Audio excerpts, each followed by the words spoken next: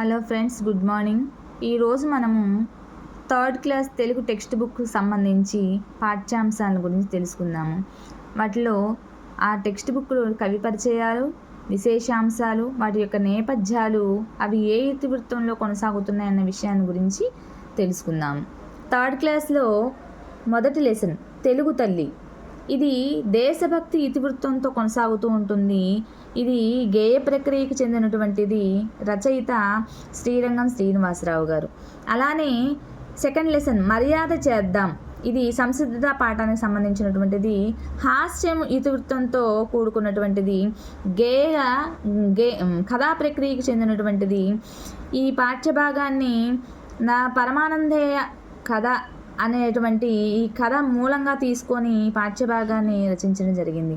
అలానే third lesson మంచి బాలుడు. ఈ పాఠ్యభాగము సహానుభూతి అనేటువంటి ఇతివృత్తంతో కొనసాగుతూ ఉంటుంది. ఇది గేయ ప్రక్రియకు చెందినటువంటిది. దీన్ని ఆలూరి బైరాగి రచించాడనమాట. అలానే ఫోర్త్ లెసన్ నా బాల్యము. ఇది కళలు ఇతివృత్తంలో కొనసాగుతుంది.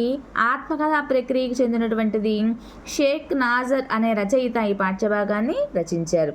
అలాగే పొడుపు విడుపు అనే పాఠ్యభాగాన్ని భాషాభిరుచి అనేటువంటి ఇతివృత్తంలో కొనసాగుతూ ఉంటుంది. ఇది సంభాషణ ప్రక్రియకు చెందినటువంటి పాఠ్యభాగము. దీన్ని చింతా దీక్షితులు అనే రచయిత రచించారనమాట. అలానే మేమే మేకపిల్ల అనేటువంటి పాఠ్యభాగాన్ని పరస్పర సహకారం అనే ఇతివృత్తంతో కొనసాగుతూ ఉంటుంది. ఇది కథా ప్రక్రియకు చెందినటువంటిది. ఆర్ శకుంతల అనేటువంటి రచయిత ఈ పాఠ్యభాగాన్ని రచించడం జరిగింది. అలానే పద్యరత్నాలు అనేటువంటి పాఠ్యభాగం నైతిక విలువలు ఇతివృత్తంలో కొనసాగుతూ ఉంటుంది. ఈ పాఠ్యభాగము ఇది పద్య ప్రక్రియకు సంబంధించినటువంటిది. ఈ పద్యాల్ని శతకవులు రచించడం జరిగిందనమాట. అలానే మా ఊరి ఏరు అనేటువంటి పాఠ్యభాగము ప్రకృతి వర్ణన అనేటువంటి ఇతివృత్తంలో కొనసాగుతూ ఉంటుంది. ఈ యొక్క పాఠ్యభాగము గేయ ప్రక్రియకు చెందినటువంటిది. ఇది మధురాంతకం రాజారావు గారు రచించడం జరిగింది. అలానే తొలి పండుగ అనేటువంటి పాఠ్యభాగము సంస్కృతి సాంప్రదాయాల ఇతివృత్తంలో కొనసాగుతూ ఉంటుంది.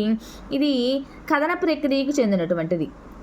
Thank you friends, thank you very much. మీకు కనుక ఈ వీడియో నచ్చినట్లయితే ప్లీజ్ లైక్ చేయండి, షేర్ చేయండి, సబ్స్క్రైబ్ చేయండి. ఇంకా ఇలాంటి వీడియోని నేను మీకు అందిస్తానని తెలియపరుస్తున్నాను. ధన్యవాదాలు.